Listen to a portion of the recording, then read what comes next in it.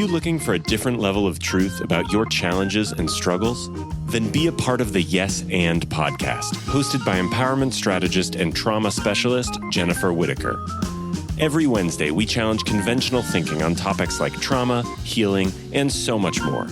Learn life lessons and great nuggets of wisdom from guests who've moved through their pain and suffering to discover a new purpose in life. Now, here's your host, Jennifer Whitacre.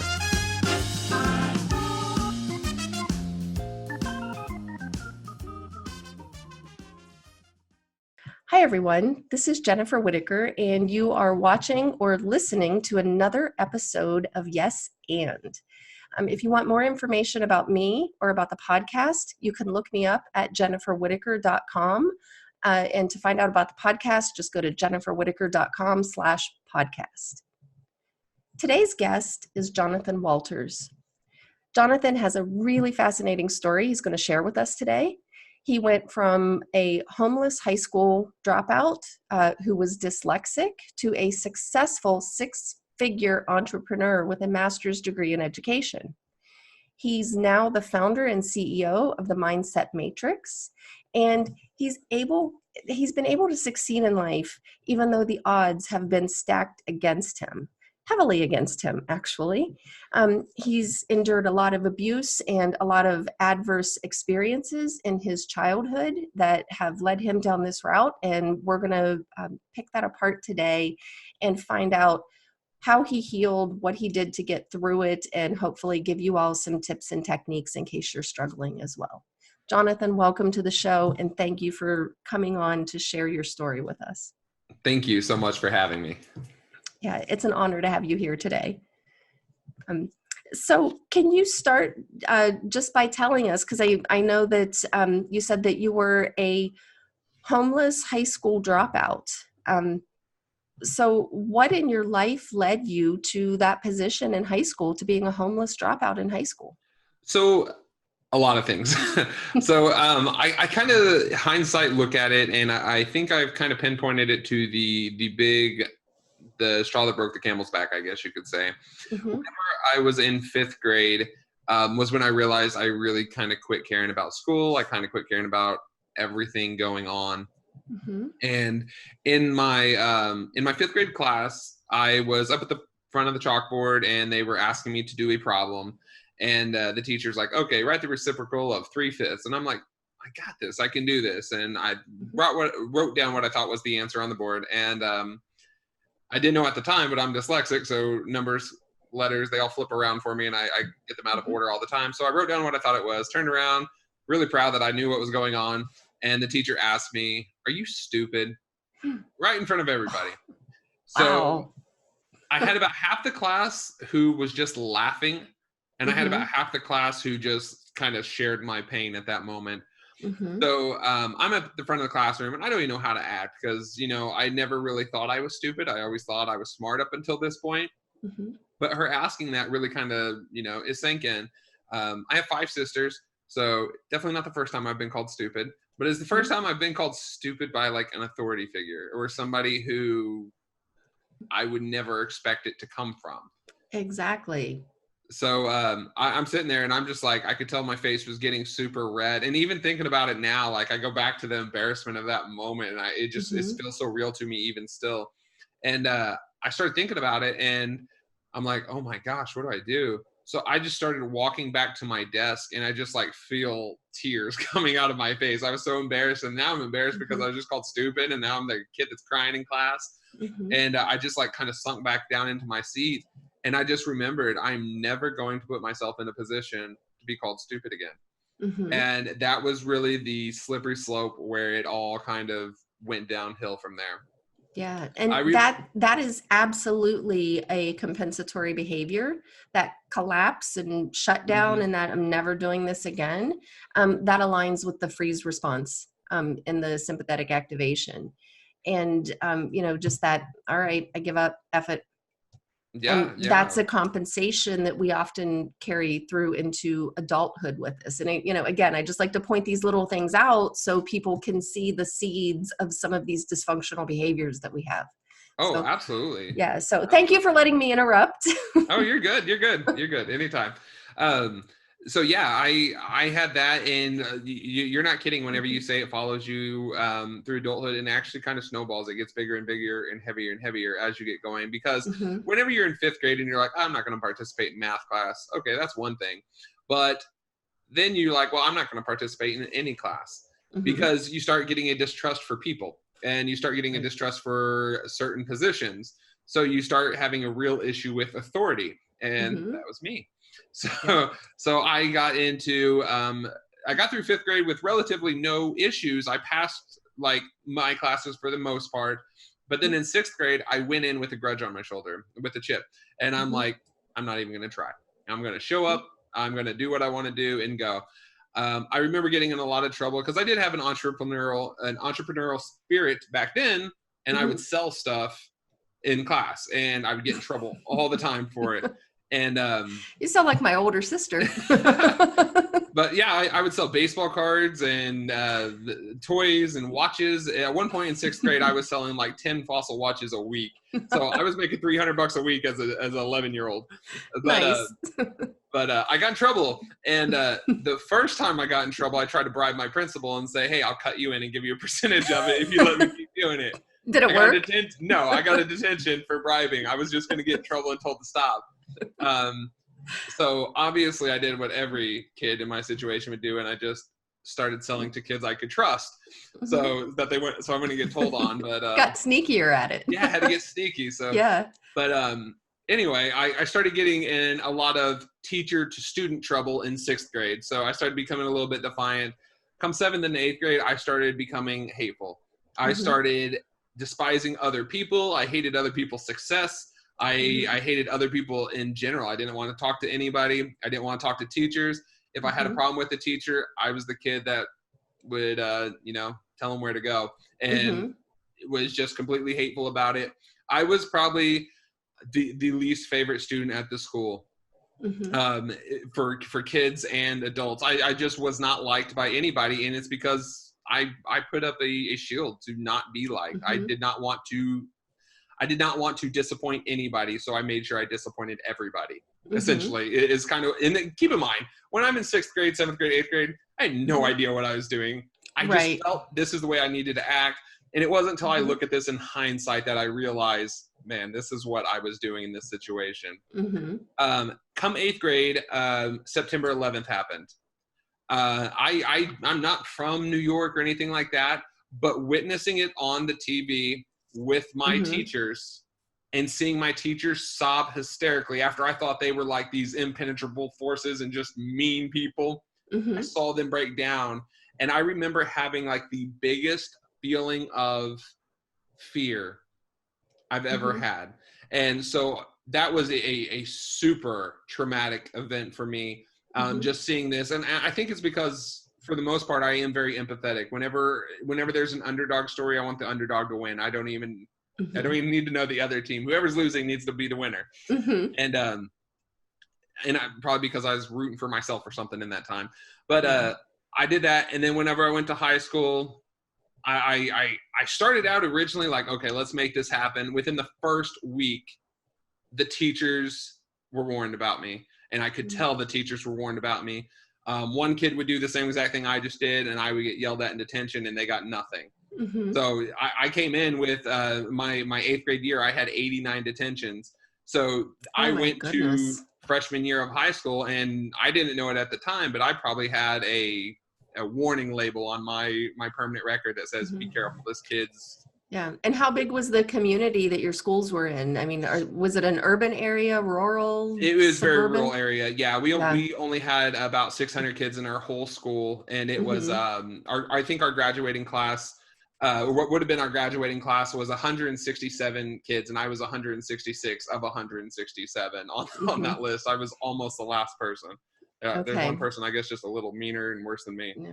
I grew up in a rural area, and, it's like the, like what you're talking about, like your reputation preceded you into high school. Where I grew up, I think I had 45 in my graduating class. Way small. And it's like the movie scene, the drive-in movie theater scene in Greece, where she's telling the secret in the restroom, and before she gets back to the car, the roomer gets to the car before she does. Yep.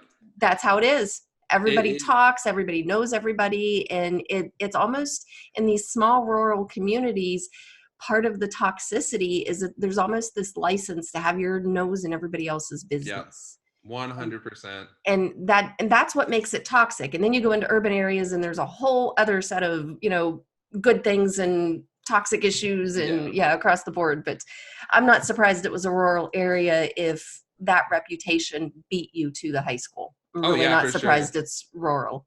I had 3 sisters that went to that specific school before me, and they were all like, there's no way you're their brother. Because my sisters were excellent in school. They had perfect attendance and this and that, and I'm cutting school as often as possible. I'm telling teachers, calling them every name in the book, flipping desks. How much older were your sisters? We are all 2 years apart. So two, all the way down.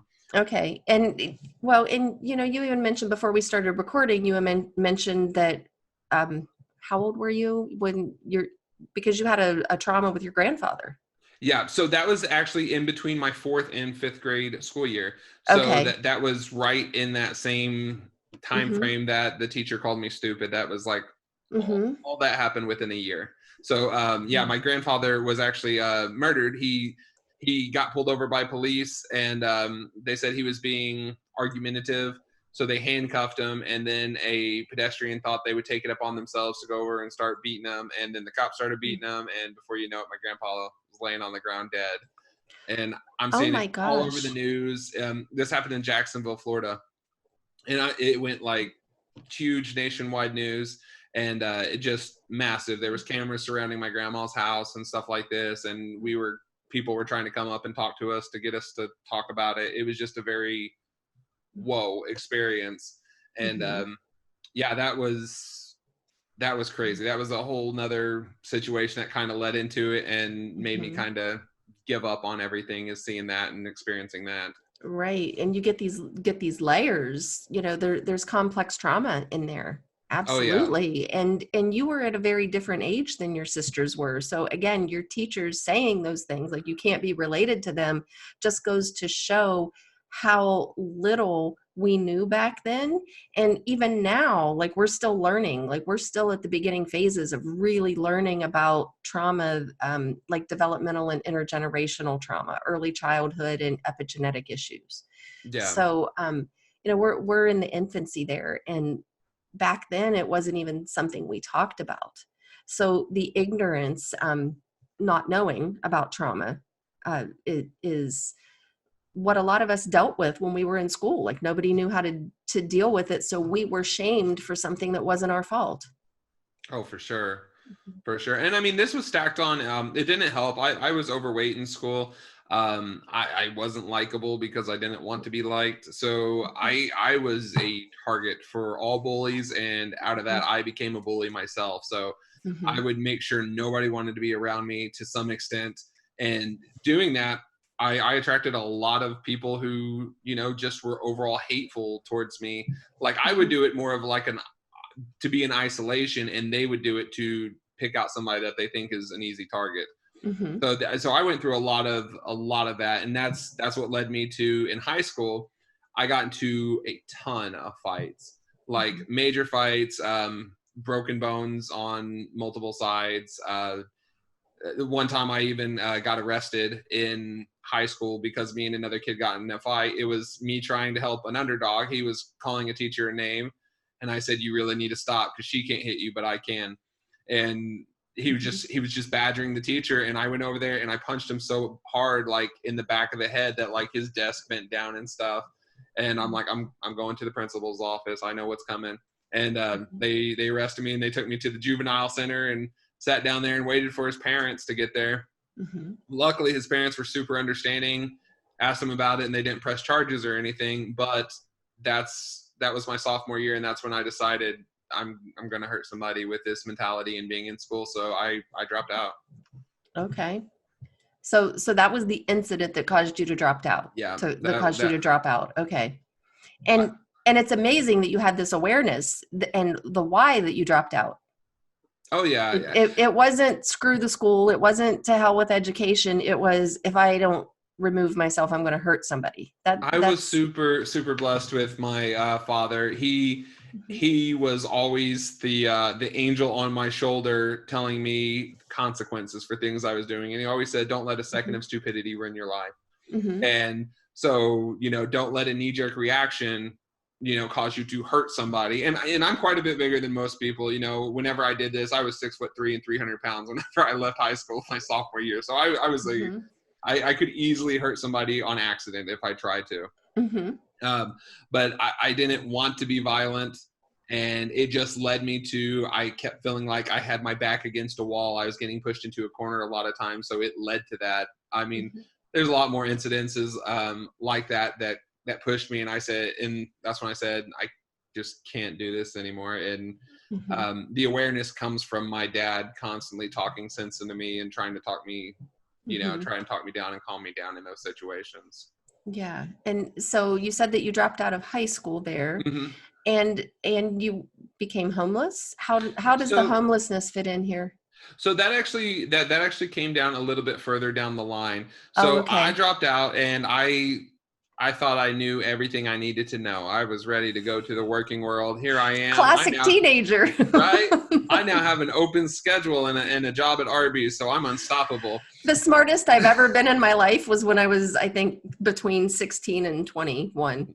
Oh yeah. I That's when just, every year I get dumber.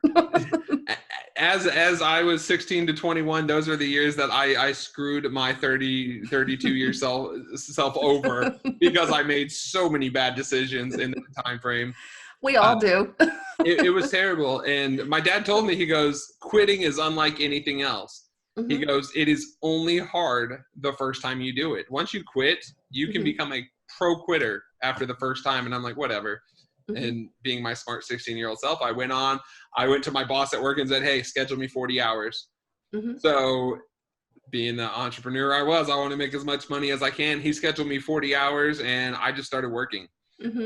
And I worked a whole bunch and just kept building it up from some way. I have no idea how I managed to get up into management Mhm. by doing that, but I was bad at it. I was really bad. I did not have the skills that I guess they would have taught those last 2 years in school Mhm. um, to run a multi-million-dollar business at the time. Mhm. So I made a lot of mistakes. I made a lot of enemies. I burnt a lot of bridges. From the time I was 16 to the time I was 20, I probably had 15 jobs because I would get there and be like, this management's terrible, or this business is going in the wrong direction, and this is Mhm. this, and I'd be done. I'd give it 3 to 6 months, and then after that, I'm done. If I didn't like what was going on, I would just quit. And every time I quit, I think back to my dad saying that quitting's only hard the first time you do it. And I'm like, man, he was so right. It was spot on. Yeah. So in that time frame, me being the genius I didn't realize that I live in a very rural area with very limited opportunities. Mhm. So I had burned pretty much every bridge to a living paycheck, Mhm. a working paycheck. So by the time I was 20, I met my wife at Arby's and we got married young at 18. By the time we were 20, I was sleeping on friends' couches because I had no income coming in and I could not find a job and keep a job. So I essentially destroyed my self-image of being worthy. Let me put it this way. I would self-sabotage.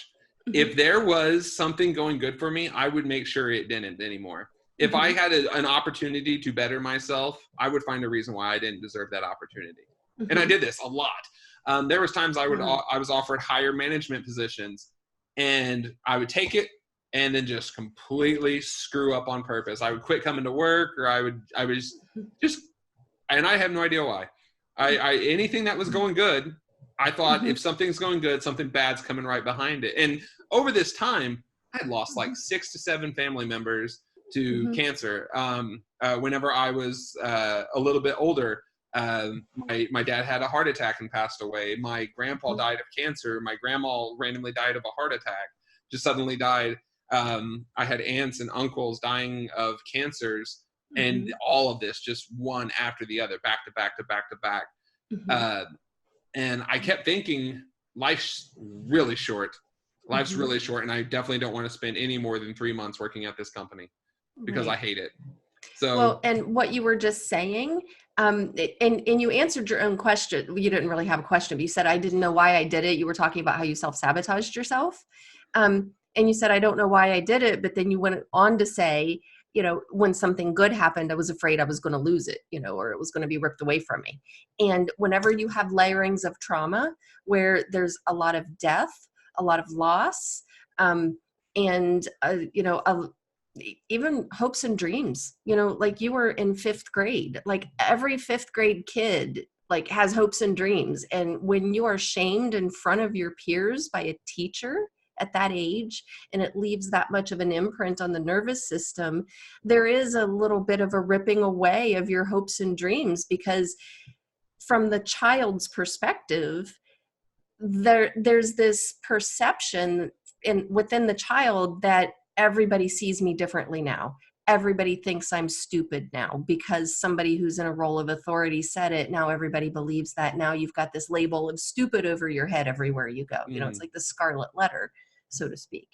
And that's a normal compensation, not to want to experience I guess the celebration, the joy, the happiness that comes from accomplishing something or achieving something. So if we can sabotage ourselves, we get into this pattern where if I can take it away from myself, then it's not going to hurt as bad because nobody else can take it away from me. So there's this illusion that we're taking our power back, but it's in this subconscious dysfunctional way that it comes out, because it's not conscious behavior. You didn't wake up and decide and say, okay, this is what I'm going to do today. I am going to go to work and I am going to screw up so bad that I'm going to lose my job. It's probably something that just happened subconsciously. And then everybody led you to believe that you were a screw up, because that's what happens with traumatized people. They get blamed for what happens to them. So again, just to kind of explain how some of these early childhood traumas imprint on the nervous system and then affect our behaviors and how we interact with everyone in the world around us. And I'm really curious, because you said you were in a rural area, you were 20, you were unemployable. Did you have to move before you like really got out of your predicament, or are you still in the same area? So a change of environment is necessary to start to heal. Yeah, for sure. It wasn't, and this is where I can pinpoint the healing process began for me. I was about 20 years old, sleeping on a couch at a friend's house. Me and my wife finally got a twin size mattress. It would fit in the back of my car that I had at the time, so we could take that to people's houses and sleep on it. And it was a bad time, but I was applying for any position that would come up on the internet, like any position, just because I needed a job that bad. So I actually had applied to an AT&T job for a door-to-door sales rep. I'm like, I know nothing about phones. I know nothing about selling. I know nothing about going door to door, but I need a job. So I applied to the job, and they said, that job should have never been posted in your area. We don't have door-to-door sales reps in your area. And I'm like, okay, because they'd called me and let me know that they had made a mistake. They said, but tell me a little bit about yourself and, why this job would be important to you.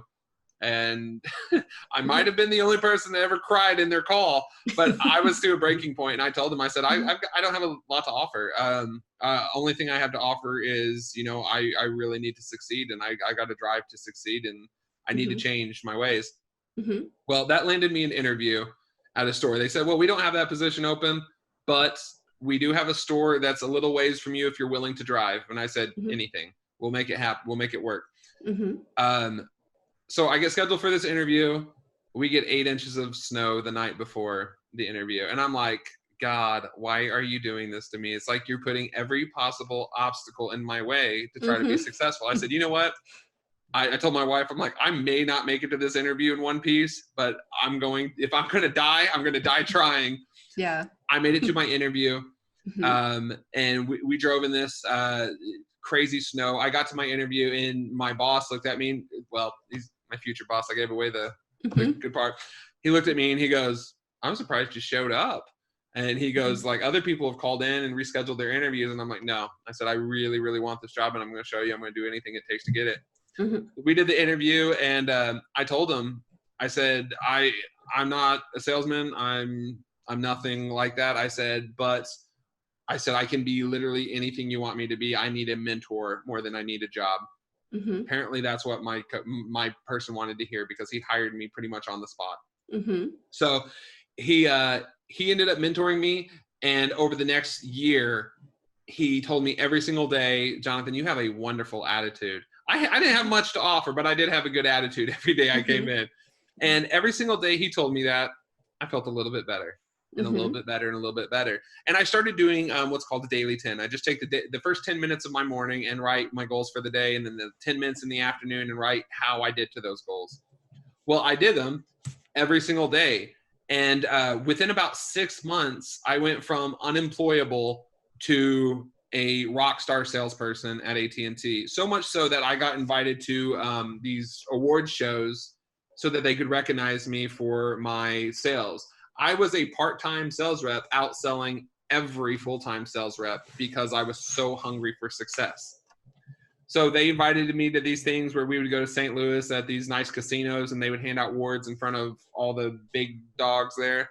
And he just constantly pushed me to do better. And I started reading a lot of books. I started reading a lot of like Jim Collins and stuff like that on how to improve myself. And there was a point in time where I was reading 12 to 13 self-help books a month. And I'm talking like 200-300 page books a month. I would read them overnight, write down what I wanted out of them, practice them, and start a new book. So I would do that. And then he allowed me to start showing leadership. He allowed me to start hosting the Saturday meetings with the teams.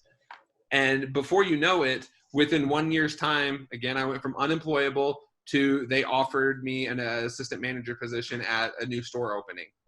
So, and I had to get out of Southern Illinois to do this. So I had to go over to Southeast Missouri, 150 miles away or so, and I opened this store. Well, I lost my mentor, and old habits came running back. I sabotaged myself like no other. We did really, really, really well. We were setting records. We had all of our reps making tons and tons of money, but I started falling back on old ways. I don't believe in myself. I had a manager that was a bit toxic, who was, he would skip work and not show up on time and stuff like that. And I just didn't feel the level of encouragement or the coaching that I needed to keep growing. I wasn't away from not needing a mentor anymore. I thought I was, but losing my mentor like completely kicked my foundation out. I sabotaged and I quit. And on that job, I quit without notice. And I gave them a 14-day notice, but I ended up quitting after like 6 days. I'm like, I just can't do this anymore. I got to go. So I left, came back. Now I'm back to being homeless. So because I lost it all instantly. And this was the time that I got homeless so bad. Like, I know that sounds weird. There's different levels of homelessness, but I had nothing. I was selling stuff. Everything, every one of my worldly possessions I was selling. And this is the pivot that I said, I have to change something.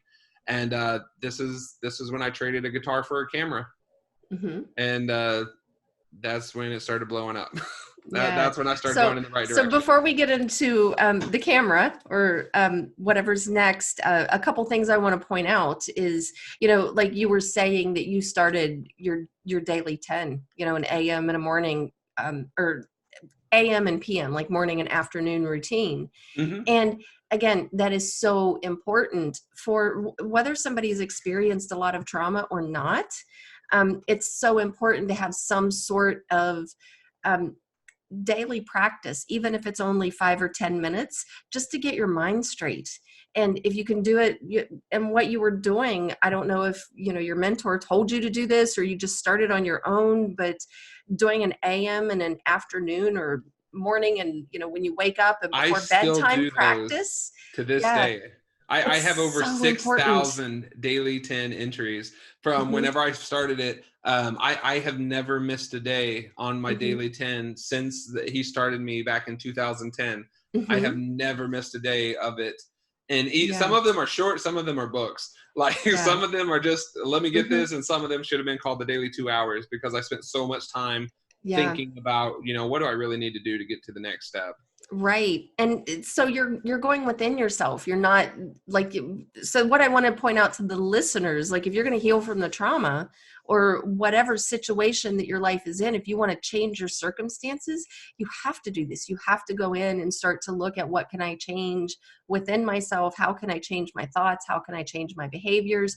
How can I manage my emotions instead of how do I, instead of worrying about what you think other people think about you.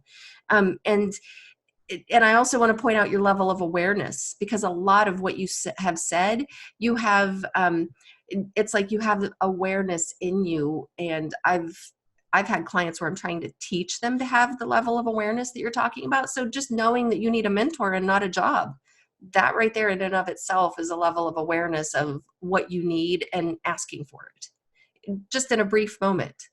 It was scary too, because there was a good chance she could have not wanted taken on a person who needed a mentor. They just wanted a body to fill a position. Right. But it was one of those, I knew if I wanted to grow, I've got to grow in the right place. Because I mean, you could take the most beautiful flower and put it in a toxic place and it's going to die. And exactly. That's what kept happening to me. That's why I would get that quick job and I would tell the interviewer anything they wanted to hear to get the job. And I sounded awesome, but it wasn't what they needed to hear to hire me, the individual behind the clock-in number. Exactly. And saying what you needed to say and just saying, I need a mentor, not a job. There's vulnerability, and you're right. I can imagine how scary that must have been for you. And that's the, the old phrase that we keep hearing in spiritual circles, get comfortable being uncomfortable. Yep. So you've got to be willing to express that vulnerability, because there is a vulnerability behind that statement. And again, the only reason I'm picking apart is so our listeners can understand that, this is a turning point whenever it comes to coming out of trauma. It's a first step, it's a turning point. And, the journey of 1,000 miles begins with a single step. And that's one of those steps in the process is finding those moments where you need to be vulnerable and you say that thing that is scary to say, because we all do that. We all go into job interviews and we say what we think they want to hear. Yeah. And oh my gosh, and there are articles all over the place on what to say in a job interview and how to answer this question. There's not a whole lot of articles out there on how to be your authentic self in a job interview. And that's what you did. So yeah. Okay. It's tough. It is. Tough, but you gotta do it. Yeah. So you got a camera. You were homeless and you got a camera.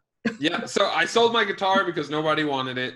So I'm like, hey, maybe this guy reached out to me and said, hey, I'll trade you a camera. My funny brain thinks it was me 80 years from now, by doing this time traveler thing, hopefully saying, hey, this is going to set you up for success. But it wasn't. It was just coincidental that, like Biff does to himself in the Back to the Future. He gives himself well, you're not 80 yet. You don't know if it was you or not. It might be. I don't know. But this random guy just reached out to me and said, hey, I'll give you a camera. And I'm like, okay, whatever. Let's try this. Nobody wants a guitar. So I get the camera. I got to make sure it works. So I'm taking photos and I'm like, this is cool. Let me sell some of my other stuff and hold on to this for a minute. So I start taking photos and so I go over to my friend's house and I start taking pictures of the band and I'm like, this is really cool. This would be neat. And they're like, hey, you got a natural eye for this. Like, okay, would you pay me to do it? And they're like, yeah, we can't really pay you, but you're doing good at it. I'm like, whatever. So about 6 months after me walking around with my kids and shooting photos and stuff like that of bugs and stuff, I see that one of my favorite bands, American Authors, is coming to the DuQuoin State Fair near me. And I'm like, I bet I could score some free tickets if I try to get in there to shoot photos for them. So I call them, or I actually message them on Facebook like, professionals do. And I said, hey, can I shoot your show? And they're like, no. So, but then I remembered, I'm like, hey, that's just a no. That means next opportunity. So I'm like, I got to call these people and find out why they said no. I called the fair and they're like, oh, that's auto-generated from the state. That doesn't even come from us. And I'm like, what? Okay. So I called them and I said, hey, I really want to do this. I want to do it. They're like, okay, do you have a portfolio? I'm like, I got a Facebook page full of bug pictures. And they're like, okay, we'll check it out. I was not expecting a call back at this time. So, but her name's Carrie. She called me back and she goes, Jonathan, we love your photos. And I'm like, they're bugs, but okay. She goes, you took a picture of a dragonfly and it's just amazing. And I'm like, okay. She's like, what do you charge to do photos? And I'm like, what? You're going to pay me to do these? I just wanted free tickets. She's like, okay, we can pay you X amount of dollars. And I'm playing it cool. I'm like, okay. And my eyes are like massive, huge. I'm like, I'm going to get paid to go to a concert and to shoot photos. Nice. And she's like, can you do other concerts too? Not just that one. And I'm like, yeah, how many did you have in mind? She booked me for 92 concerts in an 11-day span. I was working 18-hour days for almost 2 weeks straight shooting concerts for them. To say I got into concert photography trial by fire would be the best way to say it. I got more experience than most people get in years in 2 weeks. Wow. So I'm sitting there on YouTube looking up. I'm like, I got to make it happen. And it's one of those things, if you don't know how to do it, agree to it anyway and learn along the way. And that's exactly what it is. I was terrified. I just knew I was going to fail on this. I'm like, I got to do this. So I YouTubed it and I'm like, here we go. Well, let's make this happen. Well, it turns out I made a lot of good friends with musicians because I had all access. I was sitting backstage with like some of these top artists, some of the, platinum selling artists, and I started making friends. Well, the cool thing about the music industry is everybody knows everybody. So they're like, hey, why don't you call my buddies over in this band? And I'm like, oh, okay. So before you know it, by the end of 2 years, I had shot for over 500 different artists. Wow. And I had just shooting photography full time. And I never had the doubt in my mind that I would do anything other than shooting photography. It was the first job I ever had was freelance photography. And it was the first job that I could keep for an extended amount of time was freelance photography. And I ended up, shooting album covers for platinum selling artists and stuff. So their CD covers, I'll walk into like Best Buy and see it. I'm like, that's my photo. That's awesome. Nice. So I've got a couple of those that I've done. And then like covers of magazines and stuff, just some really neat stuff. All because I didn't accept the no from the Facebook message. If I would have accepted no, I would have been like, nope, not destined to do this. And I would have went on to the next thing. But I did that, and then I was actually traveling one time and blew my eardrums. We went really high in the mountains. We went from 400 feet to 12,000 feet in a matter of about 8 hours. I didn't know it at the time, but you can't do that. It's bad for you. Yeah, it is. and I already had some ear issues, and my eardrums ruptured, and it was this loud pop sound, and I had blood and stuff coming from my ears. I got back to my ENT, and he said, you are not going to be around loud music anymore. It's going to be bad for you. So I did what the 16-year-old me would do. And I said, whatever, I'm doing it anyway. And I get to a show and he wasn't kidding. I have something called BPV. It's where the crystals don't sit right in the fluid in my ear. A bass sound hit and I went face first into the stage. And I was going to say you would have lost your balance, right? That would have, oh, wow. So anytime I experience really loud sounds, especially bass, like if a car goes outside really loud and has the subs thumping, it can make me just sit here and like just start spinning like crazy in the room. So I was done after that. I tried it a couple times just to see if it was that after I did that. Another times I was on Vans Warped Tour and I was doing the same thing and I fell down. And that time, whenever I fell down, I pulled my earplugs out and my earplugs were bloody. So I'm like, I'm really done. So I had lost something that I hadn't self-sabotaged. In fact, I fought. I was even like putting my health in jeopardy for it because I wanted to do it so bad. So I'm like, what am I going to do now? And I was making, it probably, by the time I put all my time into it, I was probably making like $15, $20 an hour doing it, which isn't terrible for a high school dropout that's homeless and stuff like that. So, so I did that. And then one of my friends asked me if I could shoot his house since I couldn't go to any concerts because he was selling a house. And I said, well, we'll give this a try, I guess. And that's where it blew up and I found my niche. Okay. Yeah. So, so now your company takes photographs of real estate, for real estate companies. And I find it interesting because you told me you're not working for that business. That's not your full time. You still have the business, but you have hired several photographers and you're not taking a lot of pictures. So yeah, so I actually myself, I started out shooting houses, and then I'm like, okay, this is neat and all, but I wanted more out of life. I wanted to try to see how I could give back, and I found myself doing a lot of photos for like students and stuff at the school and everything. Every time I could get involved with the school, I would do something like that. So I'm like, how can I just go in the right direction with this? So I started thinking about that, and I started shooting houses, and I started getting more houses than I could handle. So I would do more and more and more and more and more. And before you know it, we just shot 1,156 houses or something like that. And so we have 5 full-time photographers that now do all these houses. And I was able to back up from the business. And so everything for me is pretty much 100% passive. All I got to do is really make sure people are going where they're supposed to go. So I work on it about 2 hours a week. And everybody else does all the work, and they make sure everything looks good, and they really take a pride in what they do. And it's a really nice fluid system, treating people how they need to be treated, and so they stick around and keep doing photos. And somewhere in here you must have gotten your GED, right? Because you've got a master's degree now. So how did that all happen? So I decided that I no longer wanted to be a high school dropout. I got my GED, started looking at options. Actually, one of my jobs prior required a GED, so I was able to go do that. I went and took the test on the GED, and I scored like max on everything. And I'm like, maybe I'm not as stupid as my 5th grade teacher called me. And this is the first time I really ever applied myself. And so in this time, I had tried to go back to school. I mean, this is a really complex story. I tried to go back to school, but I'd actually failed out of college 5 times. Because I couldn't balance the work-life balance, the money, needing to make money versus not being available because I had to do schoolwork and stuff. But and you said you were dyslexic. Did that play a role in it too? Yeah. So the dyslexia, I had asked, we had found out in high school when I was dyslexic, because when kids are defiant and hateful, they don't usually think dyslexic. They usually think defiant and hateful. So I didn't even find out and get like a diagnosis until high school. And by then they weren't going to apply it to anything because I was checked out. So I had gone to college, and I had asked for accommodations for dyslexia the first time I did it. And I almost got laughed out of the office whenever I did. So I was asking, it was in one of their administration buildings. I said, hey, I have trouble reading.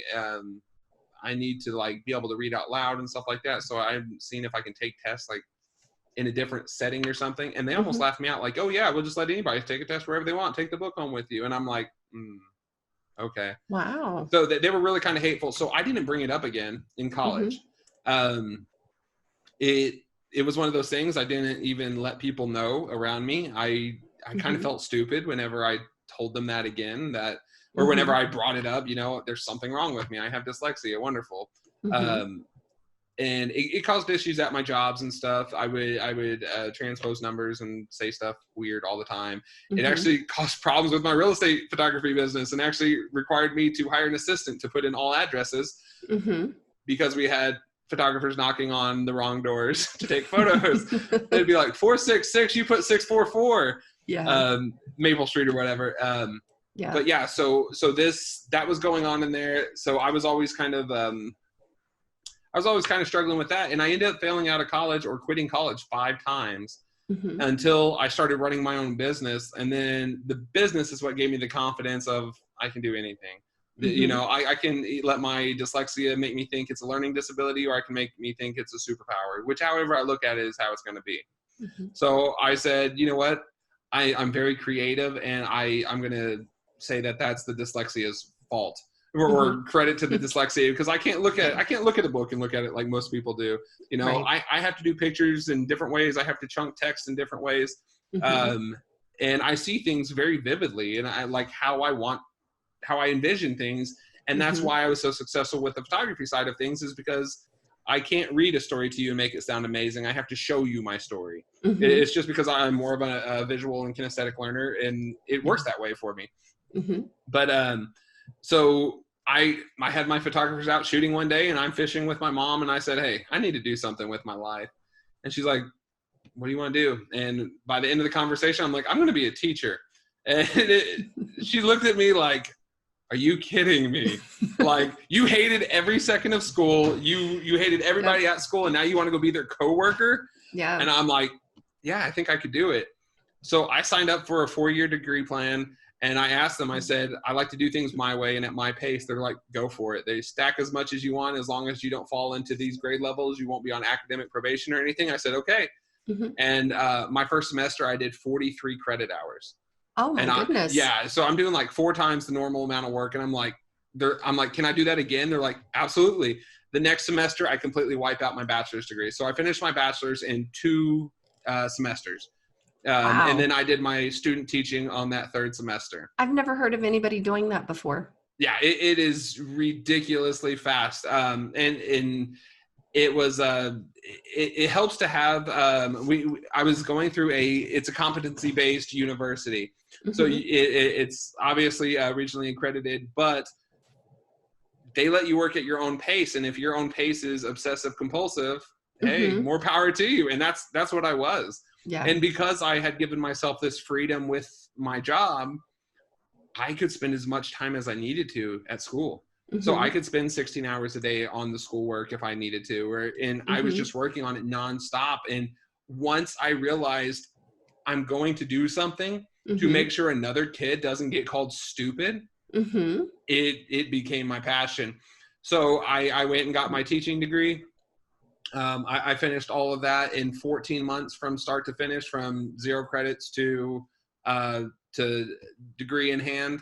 And then I decided I'm on a roll. I might as well do my master's. So I enrolled in a 2 years master program, and I finished it in 4 months. Wow. It just blew through it. And I did my capstone, which is like the thesis project. And I still had my bullheaded thing on that because I did growth mindset as my thesis project. And they were like, that's too broad. You're going to have trouble defending that and getting data on it. And I'm like, yeah, I'm going to do it anyway. And I did it. And I wrote a really, really, really captivating thesis for growth mindset and how it affects kids. And I essentially used my story to show why, yeah, teaching them 17 different ways to do addition is cool and all, but let me teach them to have some self-efficacy in, their lives. Let me teach them how to be proud of themselves. Let me teach them how to know that just because mom and dad aren't good at math doesn't mean you won't be good at math. Right. And that math is important, even though we're in a rural school where we have like a 90% poverty level, like crazy high. Let me show them that this is not a sentence that they have to serve, that they can do whatever they want with their lives. And I did it, and it ended up being like the 88 best pages I could have ever written of anything. And the research was awesome. It really got me going. And that's what made me enroll in my PhD in educational psychology. I thought, man, there's a lot of psychologists and PhDs who study it, but how many of them get to live it? And that's sort of where my perspective came from. And that's why I enrolled in my doctorate and currently working towards that. Nice. So how many months are you going to finish your PhD? Well, unfortunately, they throttled me on my PhD. I have to keep up with the class on this one because we're in a cohort together. So my PhD will be 36 months total, 36 to 60 months. It won't be 60 months because, I'm 90 to nothing. I got to get it done. But the dissertation time is the longest time on it, and that's where it starts. You can get done in 3 years, or if you want to take a long time to do it, you can get done in 5. You have to have it done within 7, or else you get dropped and have to start over, which would be terrible.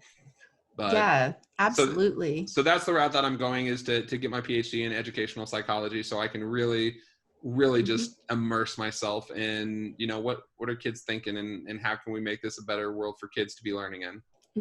Yeah, wonderful. Well, thank you for sharing your story. And I love to hear this because, again, it's so illustrative, and it can really help our listeners who might not understand some of the situations that they're dealing with in their day-to-day situations in life. And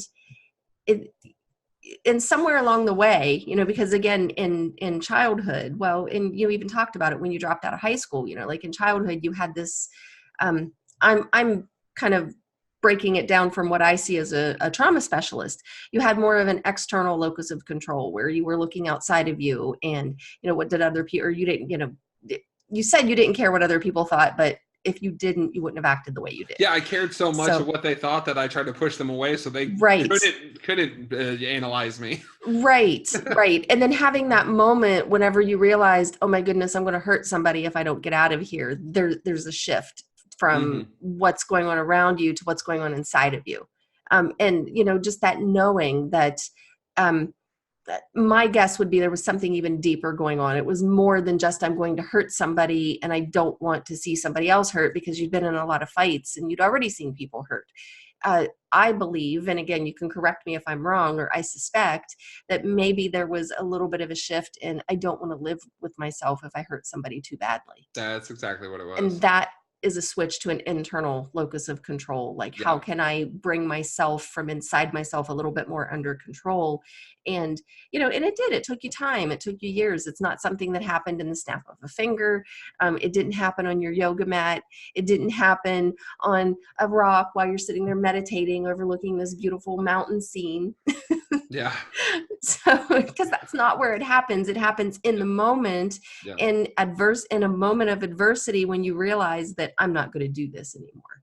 And your story illustrates that beautifully, because those are those moments in life that are really transformational. That's where the alchemy really happens, is whenever we can stop ourselves in the moment and choose a different path for ourselves. And, you gave examples of several of that. So yeah. Thank you. Sure. Thank you for sharing all of that. Because that's, you've been through a lot. Yeah, you've been through a lot. So we're getting close to the end. So tell us a little bit about the mindset matrix. Okay. So like you said, I started reflecting on everything that's kind of happened in my life. And I reflect on how the mindset, the Mindset Matrix was the podcast that was born because of my thesis project. Okay. So I saw the impact that just 2 weeks of explicit mindset instruction had on these kids. So I had kids that would try really hard on things that would give up very easily on other things. So I thought, man, imagine if educators had access to see the importance of growth mindset. So my administrator actually talked to me and she said, hey, I want you, we had talked about my growth mindset thesis because I had to do it at school with my third grade class. She goes, I want you to talk to everybody about growth mindset, all the teachers. And I'm like, I'm a first year teacher getting ready. Do you want me to give a 3-hour presentation on growth mindset? And she's like, yeah. And so I'm like, okay. So I started thinking about it. And I started writing and I'm like, well, I need to contact some experts on this. I need to talk to some people. So I started talking to people who are on TED Talks and stuff like this and having great conversations. I'm like, why am I not sharing this with people? So that's exactly how it went. And ever since my photography, you go big or go home, that's where I kind of got the idea. I would go to TED Talks and I'd look for people. And that's where I met Jay Stewart Avalon, where he had a TED Talk on, skill versus will in kids. And we were able to have an hour-long conversation on growth mindset with kids. I'm like, okay, yeah, we've got to record these and get them out there for people to hear, because if more educators can start realizing the impact of their words, I think the world would be just a better place. It really would. In teaching kids, it's okay to fail. You need to fail. Failing is inevitable. Quitting is the option. So that's what I try to focus on, and that's what we do in the Mindset Matrix. I get people who have had bad stuff go on, bad stuff happen. They've had adversity. They grew up. They've been in prison, or they're experts in their fields on this. And I like to be controversial. I'll try to play devil's advocate a lot and be like, well, what about the people who do this or this? And I really want them to be able to defend their position. And that's why I do it. And so far, I've yet to be able to find anybody I've interviewed that cannot attribute their mindset to their success. If where there is success, there's mindset behind it.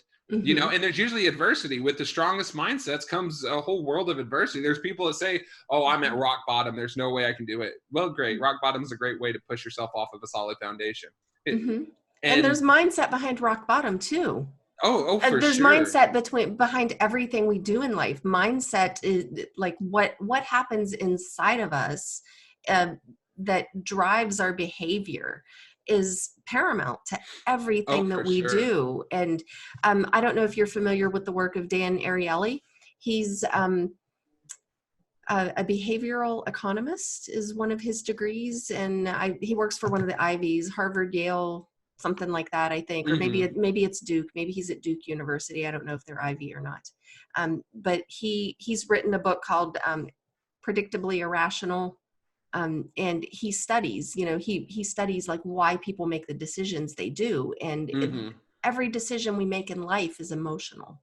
And so the conscious suppression in our culture, in American culture, in Western culture, of emotions, and it's not just our culture, there are other cultures around the world where we just deny that we have emotions. Or if you have an emotional issue or some sort of emotional dysregulation, like depression or anxiety or something like that, or something going on inside of you, then you're labeled as somehow defective or not good enough, or there's something wrong with you, instead of helping people learn how to manage what happens inside of them. Because we have this focus on the world around us. We have to buy this thing so we can be, whatever the commercial or the advertisement says. So everything in our world pushes us, and it's more than just advertising, like TV shows and movies. Everything that we watch is pushing us to care about what other people think of us and how we appear and how we show up in the world, instead of what fulfills you, what brings you joy. What drives your soul. And so I believe that we need to start changing the conversation and changing the language a little bit. And are people going to jump on board? I don't know. But growth mindset is so, so important. And there's mindset behind all of it. Oh yeah. And the thing that I like about the mindset is it's essentially binary. You're either having your decisions are based off of a fixed mindset or a growth mindset. I mean, it's one of those two things. You're either stuck where you are making your decision because of comfort, or you're willing to grow. And there's not a lot of in between there. And I think that's why I like it. It's so easy to see how your decision was made if it's off of one of those two. Right. And a growth mindset requires self-awareness. Yep. And I mean, it's a given. You have to have self-awareness. And if you don't have self-awareness, you'll go back into, like what we talked about, earlier, like toward the beginning of the show, where you're subconscious, like you weren't consciously choosing to sabotage yourself. You were subconsciously sabotaging yourself. And that's what happens. It's a subconscious behavior where you look back and you're like, well, why did I do that? What was I thinking? Thing is, you weren't thinking. It was not your conscious mind that chose to do that. Your subconscious kind of took over in the autopilot. And and I don't know if our listeners are aware of this, but your conscious mind is 5% of who you are and 5% of the control that you have in this world. The other 95% is your subconscious that's driving the bus. So if you have no awareness of your subconscious and what's going on inside of you, and no self-discipline, then that bus is going to be, it's like letting the kindergartners drive the school bus.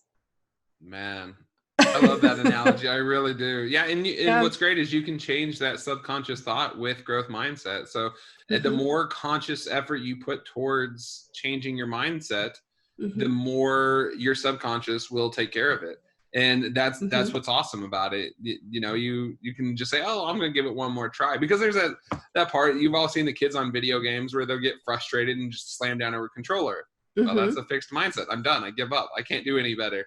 Well, then you got that other kid's like, and then tries again. Well, that's growth mindset. So, I mean, yes, you can train yourself to be more comfortable with failure and to try again. And that's what I love about it. Yeah, absolutely. And so if anybody's interested in the Mindset Matrix, the website is, I need to move this a little bit so I can see, the mindsetmatrixpro.com. Is that right? Yep. That's it. Yeah. So if any of our listeners are interested in your, in your podcast, the mindsetmatrixpro.com. Yeah, and so we're just about out of time here. So Jonathon, thank you so much for coming on the show today. And before we finally, check out today, are there any final tips or bits of wisdom you'd like to leave with our listeners? Yeah, for sure. I would say the biggest thing is don't ever get down on yourself where you are, because there's no designated place of where you need to be at any certain age or point in your life. So anywhere you are right now is a good time to start doing something to work towards tomorrow. So that's the biggest thing, is never think that I'm too old or it's too late or anything to work on that. So, so I really appreciate you having me on the show. I've learned a lot from you. I feel like I need to pay you for a therapy session. You've unlocked all my secrets and my life, and I understand myself better now from listening. Well, wonderful. I'm glad that you have a better understanding of yourself. And that's why I have these conversations, because so many people don't realize what drives their behavior and what's really behind it. So just to, kind of pick it apart and, do the game or the play-by-play instant replay. I don't watch sports. Can you tell? I'm right there with you.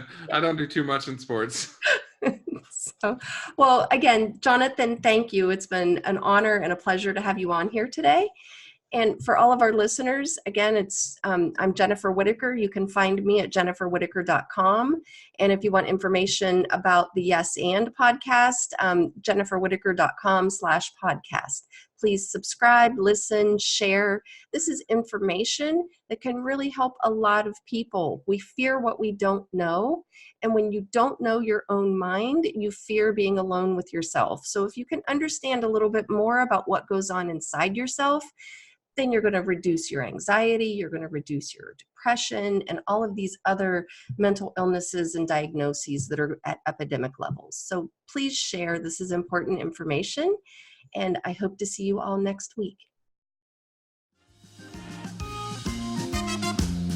We have just concluded another episode of the Yes and podcast with Jennifer Whitacre. For additional resources, please visit our website, jenniferwhitacre.com. Leave a review if you enjoyed the show and find it useful. Until next time, continue challenging conventional thinking and keep moving forward.